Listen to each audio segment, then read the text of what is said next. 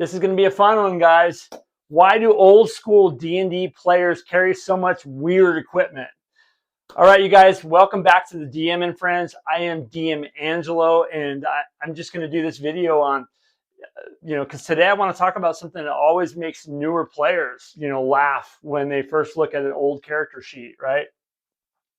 And that's the equipment list. Because if you look at what old school players carry into a dungeon, it'll look a little strange, right?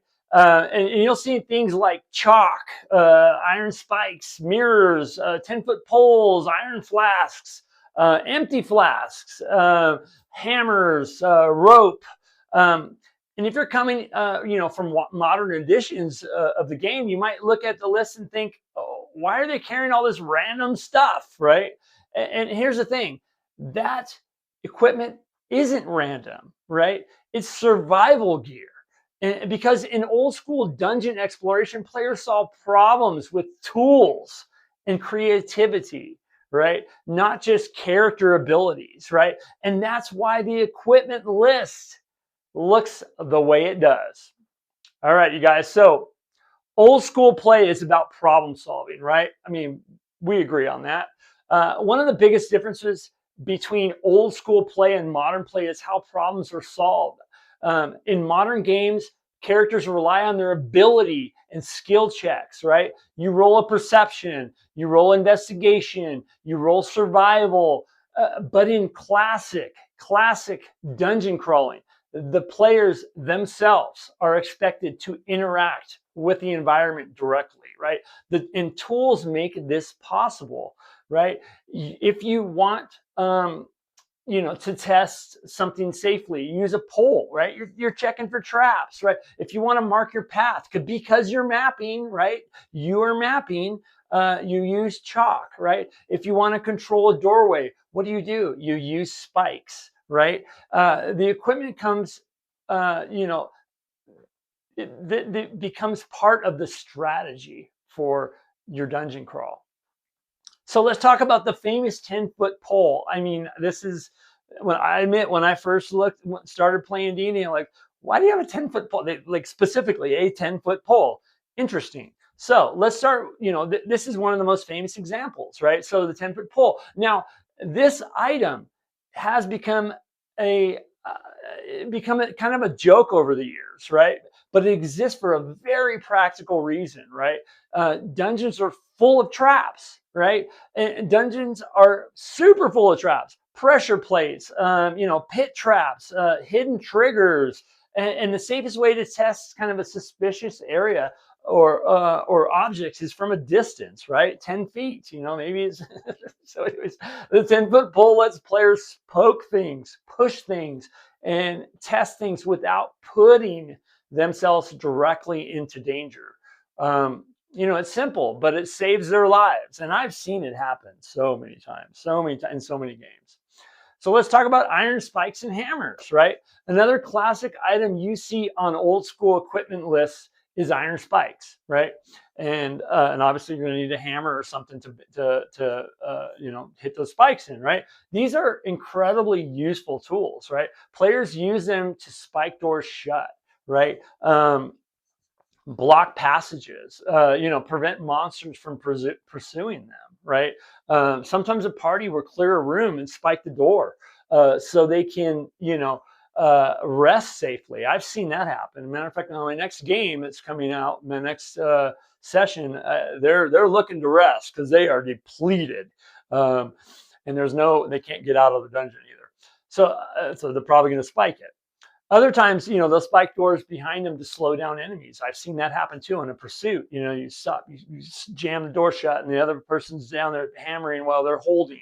A handful of cheap iron spikes can completely change the tactical situation of a dungeon or in a dungeon. So let's talk about chalk. This is another one, and I don't even know if I've seen this on newer games, but chalk is another piece of equipment that might seem strange at first, but in a twisting dungeon with multiple corridors, right, and chambers, it becomes incredibly valuable.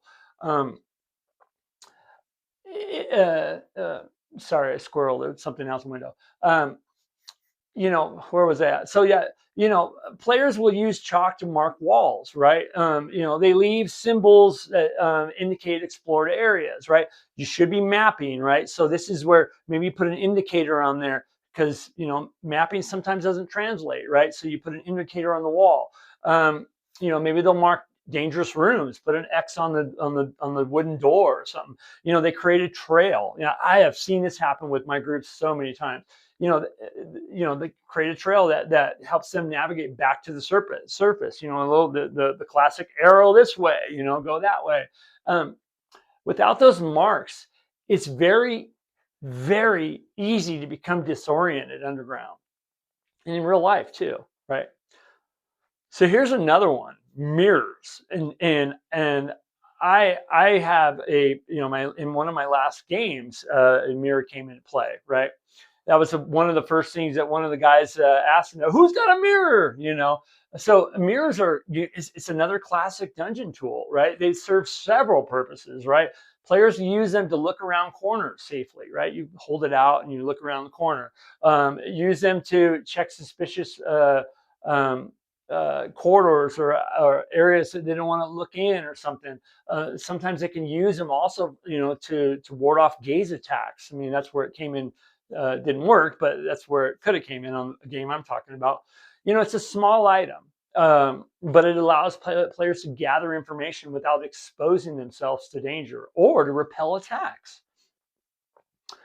Here we go. Oil flasks, right? Oil flasks are another versatile item, right? They can be used as emergency weapons, right? They can create temporary barriers, so they can start fires. Sometimes players pour oil across a corridor and light it to block pursuing monsters. And obviously it's a weapon too, right? But sometimes they use them, to burn webs or kind of a ranged attack against something they can't reach and they don't want to go over there because they get trapped, right? Oil is one of those items that become extremely useful if the player thinks creatively. One of my last games, like I was mentioning, the players are depleted. Like the cleric has like no spells left, and there's so much going on in the game that they're begging for rest, begging. Well, the cleric normally who would cast a spell or do this or whatever has nothing, so he's been throwing oil and throwing flasks of oil. We're allowing it, and it's great. And I think the last time he did it was saved. I don't know if it saved the group, but it definitely did its job. So the real lesson I think behind all this equipment is simple, right? Old school dungeon exploration rewards creativity and preparation, right? Players don't always have the perfect spell, just like I was talking about. They don't always have the perfect ability, right? But if they bring the right tools and think creatively and carefully about how to use them, they can solve problems in unexpected ways, right? And those moments when the players solve a dangerous situation using simple equipment and clever thinking, not a perception check, right? Just saying, are most of the most memorable moments, I think, in the game. When players figure stuff out and they pull out of their pocket something that they have on the character sheet. Hey, I got this thing, dude. I love it. I love it.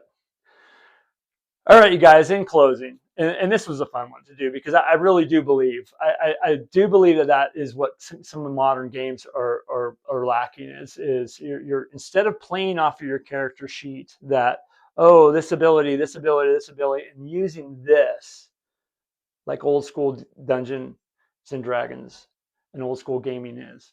I think that's that's where I love.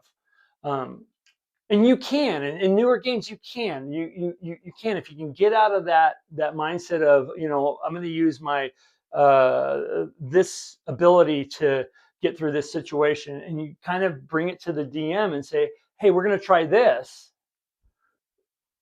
Create, using kind of player skills. It's doable. It's totally doable. It's totally doable. I think it's just a kind of a shift on how you play, right? All right, you guys. I tried to close, but let me do it now. So so the next time, I think if you look at old school, equipment lists and see things like chalk and spikes and mirrors and grappling hooks and poles. Remember that those items aren't strange at all, you guys. They're not strange. They're tools of survival and they're tools of thought and thinking. Because in a dangerous dungeon, right, sometimes the difference between life and death isn't a magic sword, right? It's a 10-foot pole with a good idea. So, all right, everyone.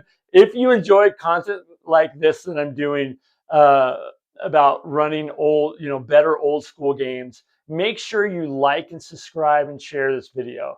Um, and and please, if you have any great stories or you agree or disagree with what I'm saying, put it in the comments. I love to comment back and forth with people. It's so much fun. I really, really enjoy it. All right, you guys, as always, I am DM Angelo. This is the DM and Friends. I love Advanced Dungeons and Dragons, and I love you guys. And I really appreciate everybody in this gaming community and everybody who is a part of this channel and this journey that I'm on. All right, you guys, take care. Be good to each other. Keep gaming, and bye-bye.